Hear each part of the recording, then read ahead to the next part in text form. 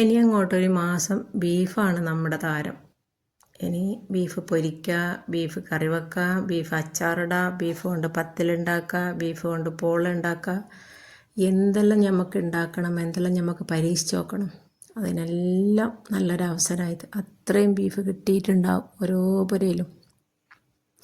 എനിക്ക് ഫ്രിഡ്ജില്ലാത്തത് കൊണ്ട് ഞാൻ ഒരുപാട് അടുത്തുനിന്ന് വാങ്ങാണ്ട് നിൽക്കുന്നുണ്ട്. എന്നാലും 5-6 അടുത്തുനിന്ന് കിട്ടിയതുണ്ട്. ഓരോ ഫ്രിഡ്ജിലും കൊണ്ടാച്ചിക്ക്.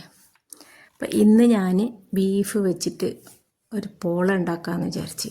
അതിനുള്ള മസാലകളെല്ലാം കട്ട് ചെയ്ത് ഉള്ളി, പച്ചമുളക്, ഇഞ്ചി ഇതെല്ലാം നന്നായിട്ട് എണ്ണയിൽ വാട്ടിയെടുത്തിട്ട് കുരുമുളക്, ഗരം മസാല, ബീഫ് മസാല ഇതെല്ലാം ഇട്ട് കൊടുത്ത് അതിന് ശേഷം വേവിച്ച് വെച്ചിട്ടുള്ള ബീഫ് നല്ലോണം മിക്സിയിൽ നിന്നൊന്ന് അധികം പൊടിച്ചിക്കില്ല, ഒന്ന് ക്രഷ് ചെയ്തെടുത്തിട്ട് അതും അതിൽ ചേർത്ത് കൊടുത്ത് പിന്നെ മൈദ, മുട്ട, പാല്, സൺഫ്ലവർ ഓയിൽ, കുരുമുളക്, വെളുത്തുള്ളി ഇതെല്ലാം മിക്സിയിലിട്ടിട്ട് നന്നായിട്ടൊരു മാവിൻ്റെ ഒരു പരുവത്തിലാക്കിയെടുത്ത്, ദോശേൻ്റെ ഒരു മാവിൻ്റെ പരുവത്തിലാക്കിയെടുത്തിട്ട് അതൊരു പാത്രത്തിലേക്ക് ഒഴിച്ചു കൊടുത്ത് ഈ മസാല കൂട്ട് അതിലേക്ക് മിക്സ് ചെയ്ത്.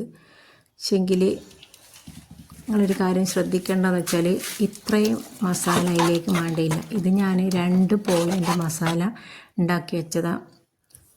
എന്നിട്ട് ഞാനെന്താക്കി, ഒന്ന് തന്നെ ഒഴിച്ച് ഒരു പോളയിൽ അങ്ങ് ഒതുക്കി, മറന്നുപോയി 2 മസാലേൻ്റെതാണല്ലോ എന്നുള്ളത്.